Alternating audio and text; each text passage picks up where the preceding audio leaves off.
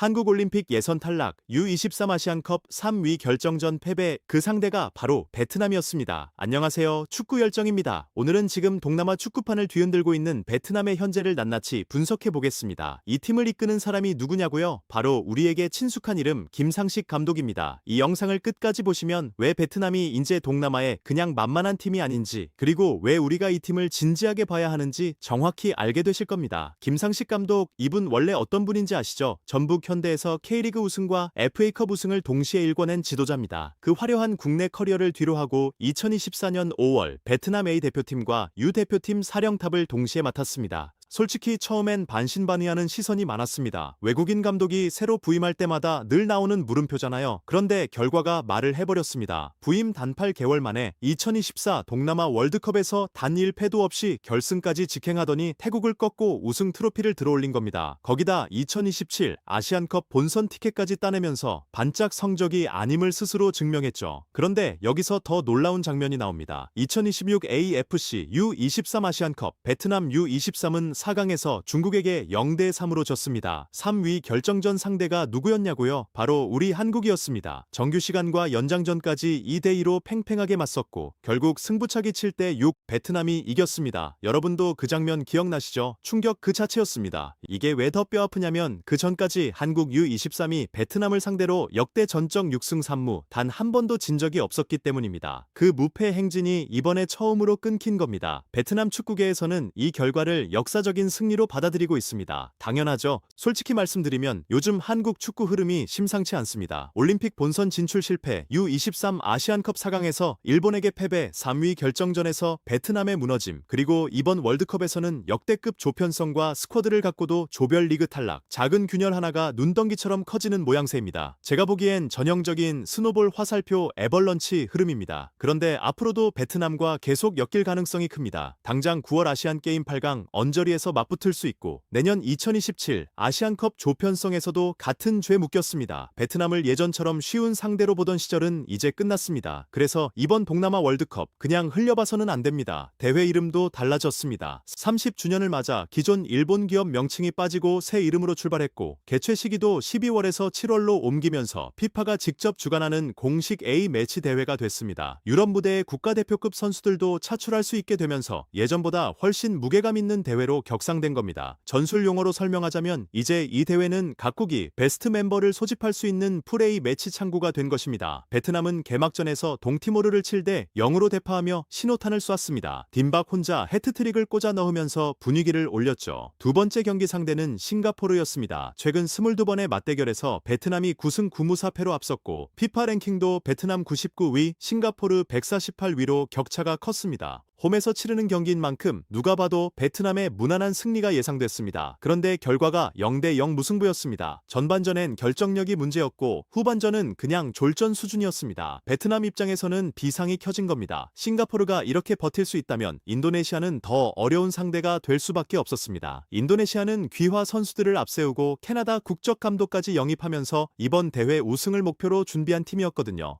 베트남은 이제 세 번째 경기 인도네시아 원정에서 반드시 이겨야 하는 상황에 몰렸습니다. 베트남과 인도네시아 2019년 이후 전적은 4승 2무 3패로 매우 팽팽합니다. 특히 2024년 이후 인도네시아가 눈에 띄게 강해지면서 동남아의 새로운 강호로 떠올랐죠. 신태용 감독 체제에서 귀화 선수와 이중국적 선수들을 대거 소집하며 위협적인 팀으로 성장했지만 아직 베트남의 벽을 넘진 못했습니다. 게다가 경기 장소가 수도 자카르타가 아닌 파항살 지역이었는데 기온 30도에 습도 80%에 육박하는 환경이었습니다. 선수들이 뛰기엔 극도로 힘든 조건이었습니다. 전문가들도 매우 치열한 접전을 예상했습니다. 그런데 베트남은 완전히 달랐습니다. 전반 5분 베트남이 인도네시아 오른쪽 진영에서 공을 빼앗으며 선취 기회를 만들더니 날카로운 슈팅 하나로 선제골을 뽑아냈습니다. 각도 없는 상황에서도 침착하게 골키퍼를 속인 장면이었습니다. 김상식 감독이 주먹을 불끈 쥐며 만족감을 드러낼 만했죠. 그런데 여러분, 여기서 끝이 아닙니다. 전반 15분 베트남의 후방에서 왼쪽 30여 미터 패스 하나가 인도네시아 수비 전체를 통째로 갈라버렸습니다. 베트남 선수가 단독 질주에 나서더니 좁은 각도에서도 골키퍼를 완전히 속이는 슈팅으로 던지면서 순식간에 2대0을 만들었습니다. 전반 15분 안에 두 골이 터진 겁니다. 인도네시아가 두려움 없이 밀고 들어오다가 오히려 퍼미션 슬립, 즉 상대를 너무 얕봐서 역공에 완전히 무너진 골이 됐습니다. 점유율은 전반 내내 36대 64로 인도네시아가 앞섰지만 정작 결정적인 찬스는 베트남이 압도적으로 더 많았습니다. 인도네시아는 의욕만 앞섰을 뿐 베트남의 수비 블록 하나를 제대로 뚫지 못했습니다. 후반전에도 흐름은 달라지지 않았습니다. 70분 브라질 귀화 선수가 인도네시아 수비 라인을 다시 한번 갈라내며 단독 찬스를 잡더니 망설임 없이 발을 갖다 대며 추가골을 터뜨렸습니다. 최종 스코어 3대0, 그것도 원정에서 인도네시아를 상대도 안되게 초토화시켜버렸습니다. 베트남은 3경기 연속 무실점, 조 단독 1위로사 강 진출을 확정지었습니다. 마지막 조별 경기 상대는 캄보디아인 만큼 선수 로테이션을 돌리며 4강을 준비할 여유까지 생겼습니다. 자, 이제 핵심을 정리해드리겠습니다. 김상식 감독은 현재 베트남에서 영향력 있는 인물 2위에 오를 만큼 국민 영웅 대접을 받고 있습니다. 단순한 성적 그 이상입니다. 이분은 베트남 축구의 체질 자체를 바꿔놓고 있습니다. 동남아 월드컵 30년 역사에서 2대회 연속 우승을 달성한 나라는 단 한 곳도 없었습니다. 전무후무한 기록입니다. 그리고 지금 김상식 감독은 그 불가능한 기록 바로 앞에 서 있습니다. 제 개인적인 분석을 하나 덧붙이자면 지금 베트남의 가장 무서운 점은 스코어가 아닙니다. 압박을 당하는 순간에도 흔들리지 않는 전술적 안정감, 그리고 위기 상황에서 오히려 역습 한 방으로 경기를 끝내버리는 냉정함입니다. 이건 단기간에 만들어지는 게 아닙니다. 김상식 감독이 2년 가까이 베트남에 심어놓은 팀 DNA가 지금 꽃을 피우고 있는 겁니다. 우리가 9월 아시안게임, 2027 아시안컵에서 베트남과 다시 마주쳤을 때 과연 어떤 결과가 나올까요? 여러분은 어떻게 생각하시나요? 댓글로 여러분의 예측을 남겨주세요. 이 분석이 도움이 되셨다면 구독과 좋아요 그리고 알림 설정까지 꼭 눌러주세요. 여러분의 응원이 축구 열정을 계속 달리게 하는 힘입니다. 다음 영상에서는 이번 동남아 월드컵 4강 대진과 우승 후보를 집중 분석해드릴 예정입니다. 기대해주세요. 축구 열정이었습니다.